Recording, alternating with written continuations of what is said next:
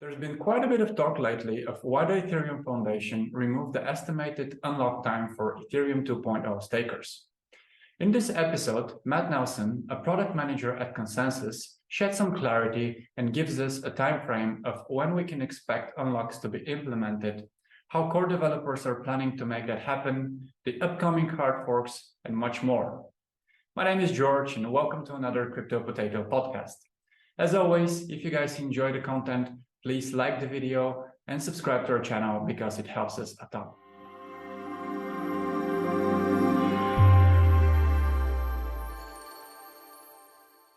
First of all, thank you for agreeing to do this. It's been a while, yet all of it's set up, but finally we're here and we're talking. So thank you for agreeing to it. Yeah, thank you for having me.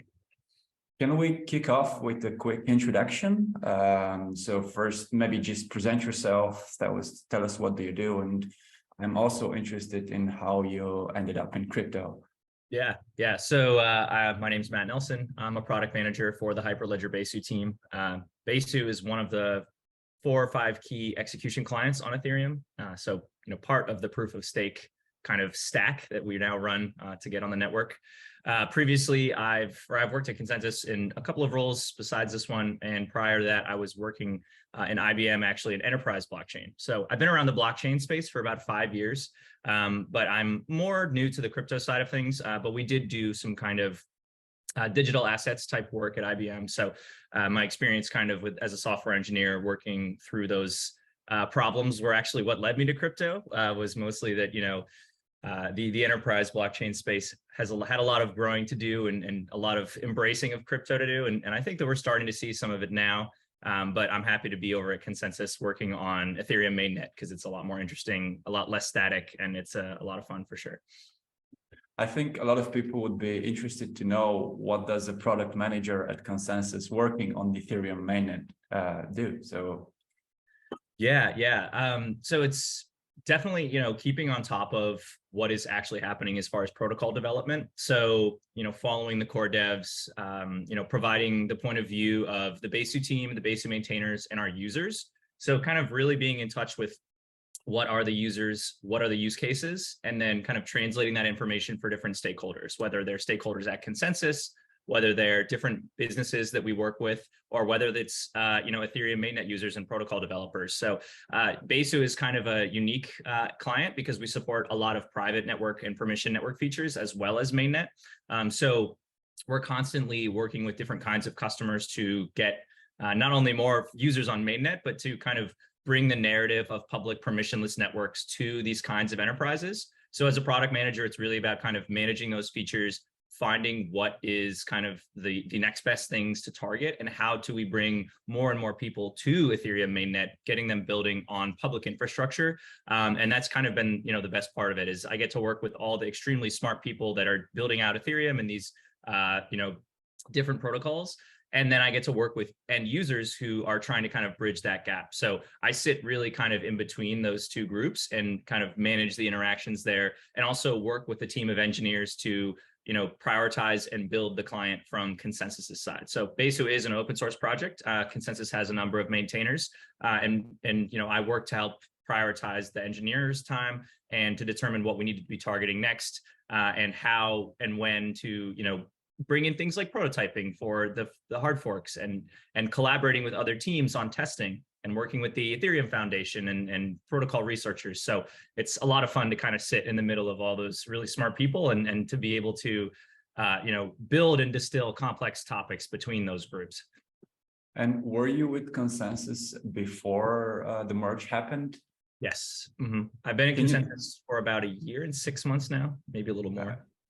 Can you perhaps share some thoughts on your experience, because it was quite a wild journey? Yeah, the transition to proof of stake. Yeah, absolutely. It's definitely been a long journey. It's still ongoing. We're still kind of building towards a lot of the stuff that's been uncovered during the merge. I think that the merge was a big stress test for Ethereum in a number of ways, and honestly, a very good way, and was a stress test for me personally and our teams, working kind of really hard towards these deadlines that, were good deadlines, right? I'm glad that the protocol, like developers like the Ethereum core devs chose not to push the merge. I think we needed to get off proof of work as quickly as possible. But it's really been watching this kind of tremendous buildup of technology and of narrative kind of come to a head at around September, and then kind of watching the actual transition occur, watching some of the bugs get uncovered that we didn't find in testing, which was a little bit upsetting, but these things happen when you're kind of moving one of the biggest production networks in while it's running over to a new system. I think was kind of unique to Ethereum that a lot of people don't realize is the thing didn't shut off, right? There was a block and then there was a proof of stake block. Right. And we, worked really hard to keep that kind of continuity of service, of technology. So a lot of the work of the merge was actually focused on the transition. So, it was really exciting to be able to learn kind of the ins and outs of two systems around proof of work, around proof of stake consensus, and then the whole new piece of technology, which was the beacon chain and the consensus layer. So for me, it's really been about, again, like I mentioned earlier, kind of getting a lot of these complex topics and distilling it for a bunch of different audiences. So it's been really exciting to work in the merge around things like marketing and outreach. I've been running a lot of webinars with users to help people understand how proof of stake works, how the technology now works, how to actually stake with the technology, and then working with marketers to kind of spread the word of the fact that Ethereum is now 99.95% less carbon emissions. Right. The developer experience is the same. People are still building. The currency is deflationary. It's secure, and there's a lot of kind of moving pieces there. So the stress was definitely well worth it. I think that now that we're kind of through it, and as we get towards the end of the year, things are going to pick back up as far as protocol development. But the big can they do it is kind of, we're past that. And I think that now the groups of builders and researchers on Ethereum really kind of are like, what's next, right? We've done the big thing. I think we have so many big upgrades potentially coming, but now that we've kind of proven that we can do it and shown the ropes, I think that it's built a lot of trust and confidence. And I hope we can continue to build on that with users and developers.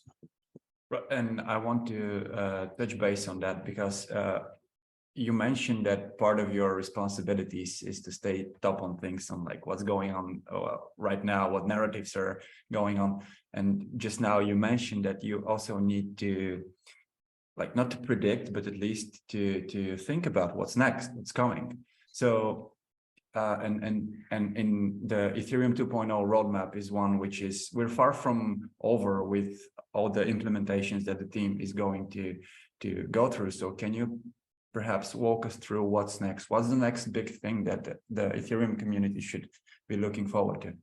Yeah, absolutely. So coming up sometime next year will be 2 hard forks. In reality, it's 1 hard fork, but there's one per basically the consensus layer and one for the execution layer. Right. As I mentioned, for those that don't know, the reason we call it a merge is because we brought the beacon chain together with that proof of work chain. Those are the 2 layers that I keep referencing. But anyway, next year we'll have some hard forks that will add new functionality. The key piece is withdrawals. We're focusing almost exclusively on getting withdrawals implemented, tested thoroughly, and pushed out to users. Because we think that, frankly, withdrawals won't cause a mass exit of people leaving. It'll bring more people onto the beacon chain, because when there's more understanding and ability to move the tokens around, that will bring more people on because there's more interest, right? If I can exit and enter freely, I have a lot of interest to potentially stake my ETH, to try it out, to see how things go, to see what returns I get. So we're really excited to get withdrawals out. That is the key focus of the hard fork. Right. There are a few other potential EIPs that are going to be included in this. The actual list is still being kind of debated among the client teams. So, like I mentioned before, Besu is one of, I think, 9 or 10 client teams that are represented on the core devs calls. However, they're open to the entire public. So anyone can bring an EIP for inclusion. It's discussed openly, it's debated, and then we kind of move these EIPs to inclusionary list that currently is a little bit short, right? Our key piece is withdrawals. And there's kind of 2 sides of the coin on whether we want to include kind of there's been a long backlog, right, of things that should be included to improve Ethereum that are kind of, the merge had essentially put on hold a little bit to focus on the really key upgrade of getting off of wasteful proof of work. So, withdrawals will definitely be in there. There are a few other EIPs that are looking to be included. There are EIPs around kind of data availability and roll-up scaling that people are really looking to include. So if you've heard on Twitter or on these other spaces around EIP 4844, there's a lot of discussion and prototyping around that to potentially include it in the Shanghai hard fork. It is quite a large scope, but it'll also bring quite large scaling potential to roll-ups. So, continuing to hammer on those core issues. There's also a lot of VIPs around improving the EVM and improving the solidity and things like this, interactions with the EVM, and then some really kind of small grab bags worth of issues that have been piling up, like we said, as the merge slowed development of other areas. And now there's, now that the floodgates have opened, there's a lot of interest to get these EIPs included. So there's still kind of debate going on. Again, I think the hard fork will come sometime in 2023. The scoping and size, we don't quite know entirely, but withdrawals are definitely mandatory. There's also discussion on whether we want to break out the hard fork and just include withdrawals and some basic things so that we can get it out the door faster, potentially. So lots of schools of thought. I would encourage people that are still interested in this process to go watch and listen to the core devs, or at least to find there's concise notes that people post every week that kind of break it down. But for our team, we're pushing for kind of the reliable scope. We don't want it to be too big. My opinion is ship more forks faster, so that we can give the client teams kind of a breather around the holidays and for people to reset expectations. I think that the interest is around these kind of big, powerful forks, but they get harder and harder to test as you pile on more changes.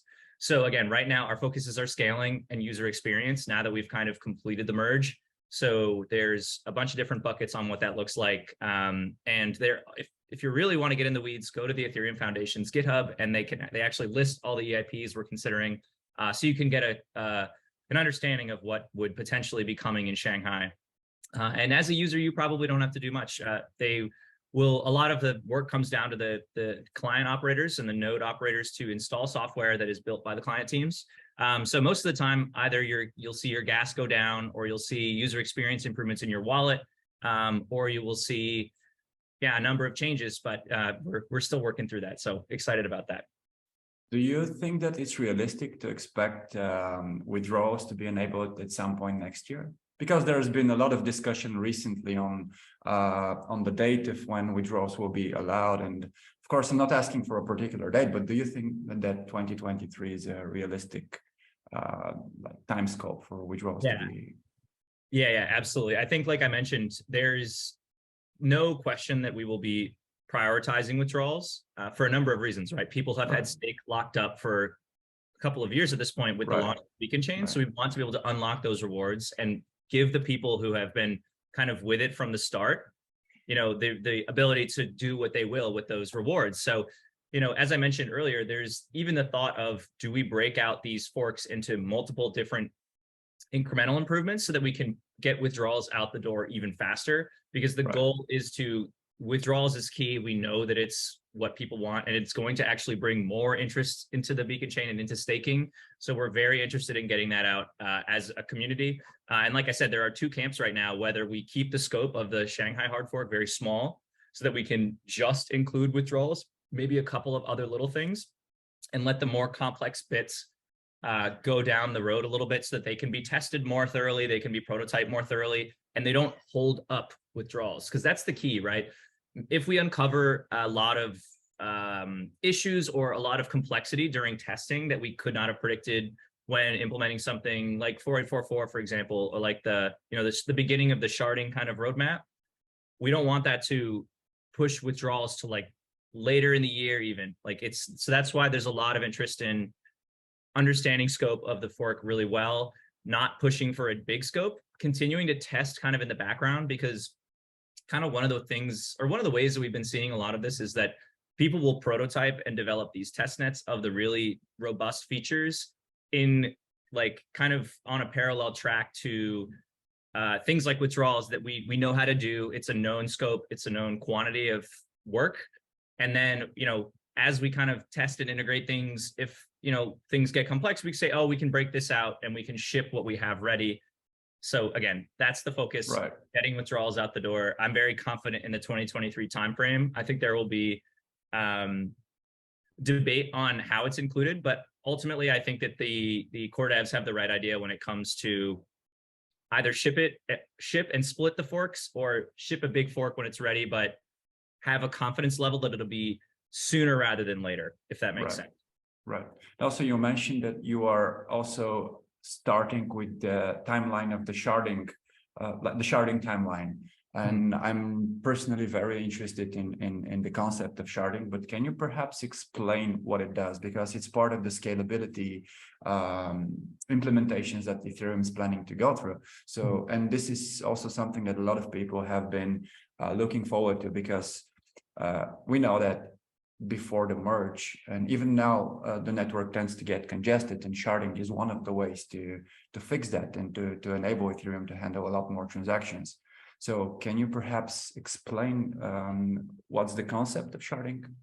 Yeah, absolutely. I'll do it in two ways. So I'll first explain kind of what we're working on right now, and then I'll talk about more broadly what it is. So, as you mentioned, sharding is a way to basically increase the amount of throughput for data that we can have on chain. So Ethereum oftentimes is bottlenecked by the need for space, essentially, or the ability to fit more and more transactions or more and more data around those transactions onto the chain, because Ethereum layer 1, that's where all the security of all these networks comes from. Right.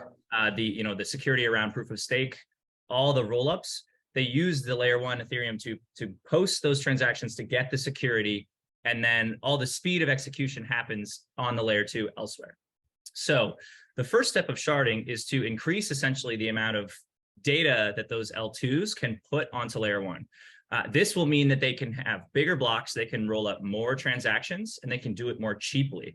The first EIP targeting this is something called 4844, which is around data blobs, essentially is what they're called. It's a fancy name for saying we add a new portion of the block, the kind of transactions, where we can stuff more data around those L2 transactions.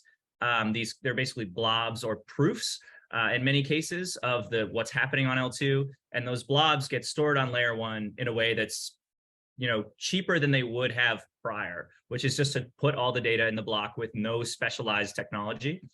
So as Vitalik and many of others have said, rollups are definitely the key part of the Ethereum scaling roadmap.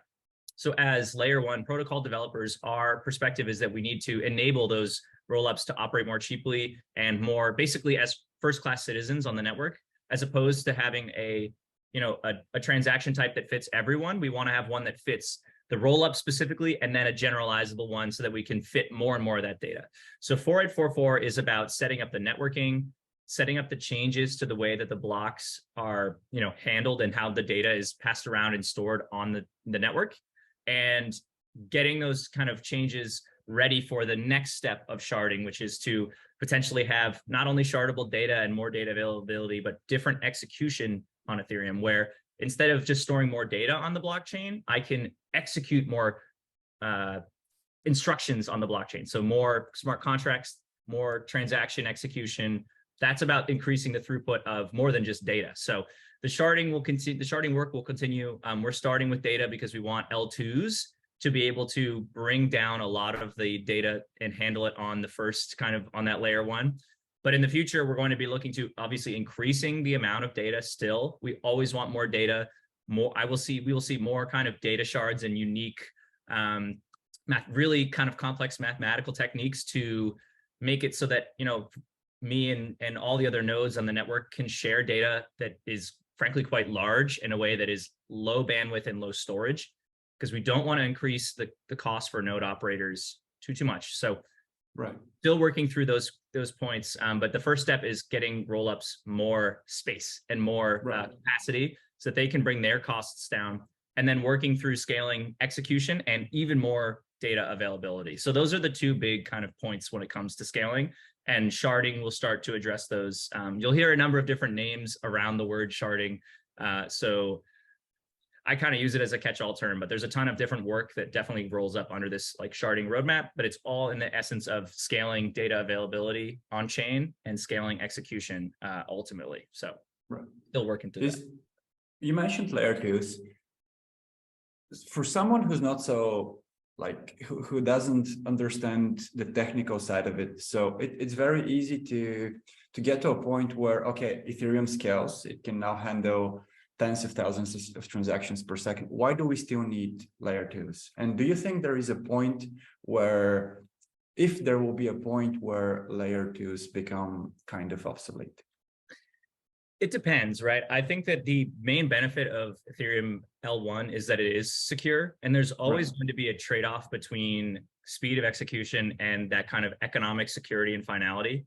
So it does remain to be seen whether, we can actually scale the layer 1 to, like you said, more than tens of thousands of transactions per second on the actual base chain. Right. Because there's always going to be that kind of trilemma of like speed, security, and cost between, how much will it cost to run infrastructure and host nodes? How much will it cost to, well, ultimately what cost and infrastructure comes down to is decentralization. Because if less people can afford to host nodes, we have less nodes. So the decentralization is one. The speed, throughput and all that other stuff is that other point. And then there's kind of the security point, right? And how do we balance between the two?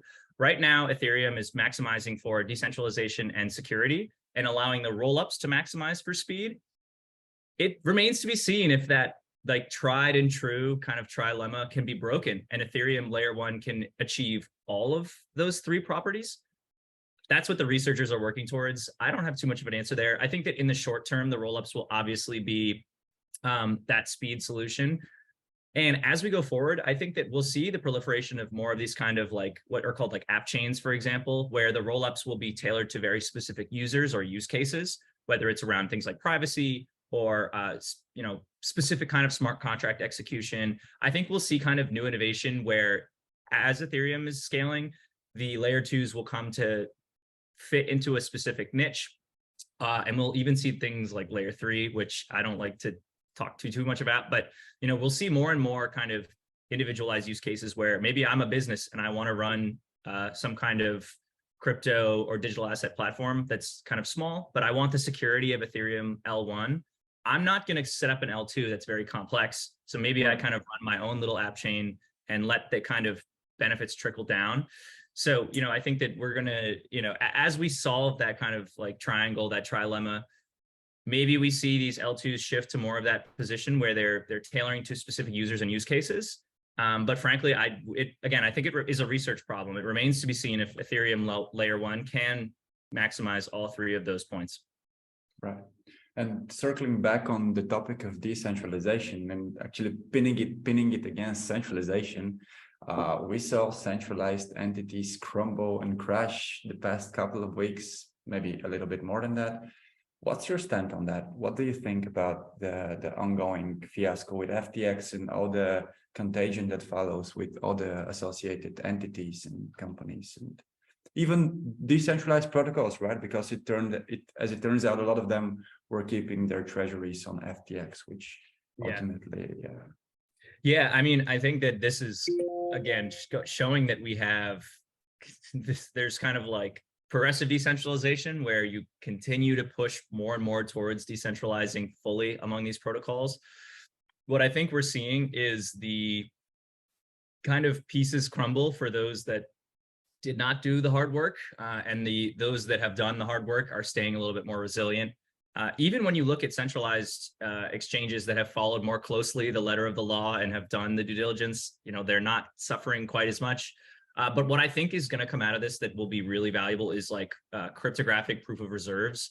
I think that this is going to force both centralized and decentralized entities to post on chain at any given moment their liabilities and to post how much they actually have in assets and in reserves to cover those liabilities. So, it is going to be a trust exercise because, yeah, sure, I can post cryptographic proof of liability on chain, but my users have to trust that I haven't gamed that system. So it's about, I think creating this trust infrastructure now will greatly, enhance DeFi down the road. This is the same thing that people have been saying all throughout this bear market, I think, as well, where we're kind of seeing the removal of some, kind of edge actors in the ecosystem that may have been playing a little fast and loose with the rules. And I think that that can only be, you know, a better push for progressive decentralization. And I think cryptographic proof of reserves will be one. I think we're going to see huge exchanges and, you know, people like Coinbase putting out these, you know, basically these large mathematical proofs that show that they're not playing around with these deposits. And I think that's only a good thing. We've eroded the trust of everyone that's not basically already filled to the brim with this kind of ecosystem knowledge and participation. So I think, yeah, it is unfortunate because I think it's going to be a way for regulators to grab onto crypto in a way that, you know, we still have to work with them to shape. So my hope is that this will create useful regulation as opposed to over-regulation, though, you know, I am not a regulator, but at the same time, I think that this will also force the exchanges and these different protocols to kind of go above and beyond in proving that they are solvent in many cases. And I think we'll also see new technologies and new kind of like third parties on the network whose job it is to kind of prove out these things, right? And to say, you know, oh, hey, like kind of like a watchdog thing where it's like, oh, so we feed our proof of reserves into some kind of smart contract, and that smart contract will continuously audit the proof of reserve, and maybe it has to be taken every single day. And if the audit fails, the users can immediately withdraw funds. Like, I'd like to see that kind of functionality where we don't see withdrawals paused on centralized exchanges and users are stuck, right?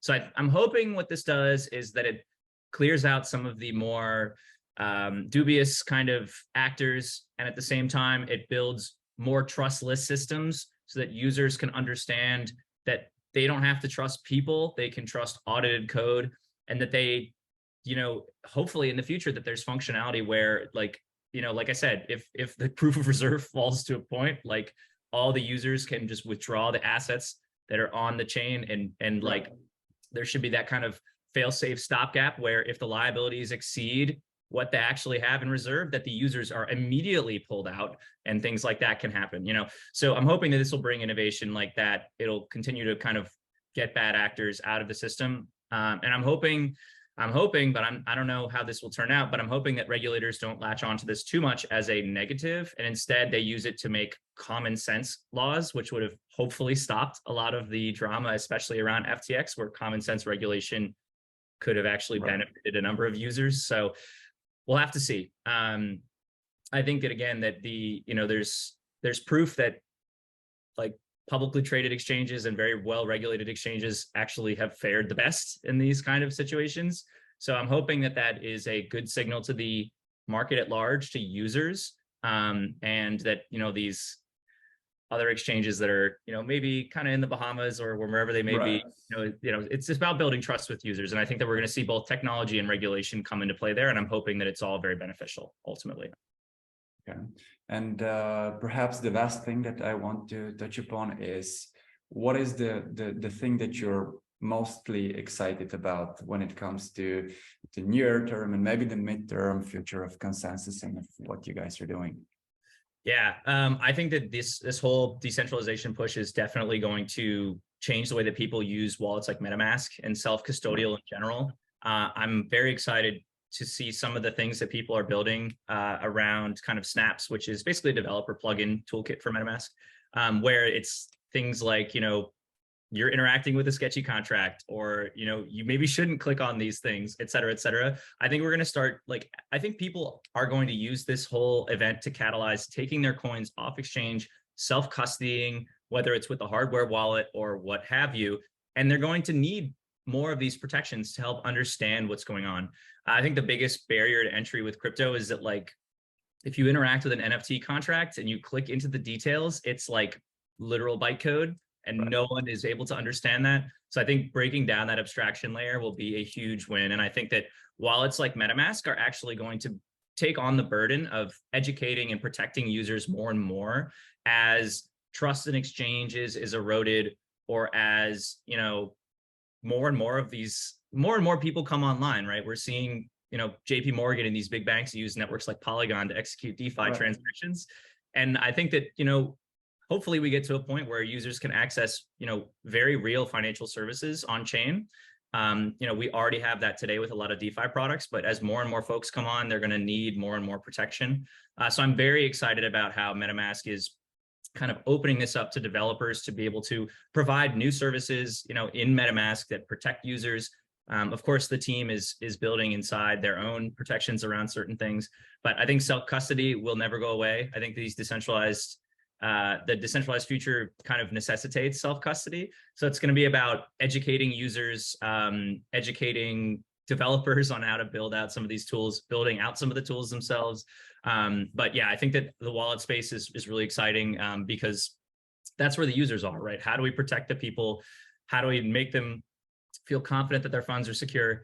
And, I build on the infrastructure layer, which is very exciting, but, the users don't necessarily care at the end of the day. So how do we make the trust guarantees really, that's kind of what I like working about at ConsenSys, is that we touch the entire part of the stack in many ways. So, I'm working on building that good trust foundation, but, we got to level it up to the wallets and to the users, and very excited to see how this continued push around decentralization is digested by folks, and how the wallets will, add new and useful features to encourage that, as opposed to saying, oh no, it's too scary, I got to go back to the exchange where I understand, Right. Well, Matt, thank you so much. I think it's been a very, very insightful conversation. We touched upon, I think, perhaps some of the most important things that people are kind of interested right now. Can you tell us perhaps maybe where we can find you, social media and handles and stuff like that? Yeah, absolutely. So you can find me on Twitter. My username is non-fungible-Nelson. There's an underscore in there. I will share it with you so you can share it with the folks. We'll see how long Twitter sticks around. Yeah. Okay. But yeah, you can find me there. My same is my Lens profile. I haven't really gotten in there yet. I have a few ENSs, but in reality, just find me on Twitter. I mostly just write around ConsenSys, write blogs. You can find me there. And yeah. Sounds good. Thanks again for having me. I really appreciate it.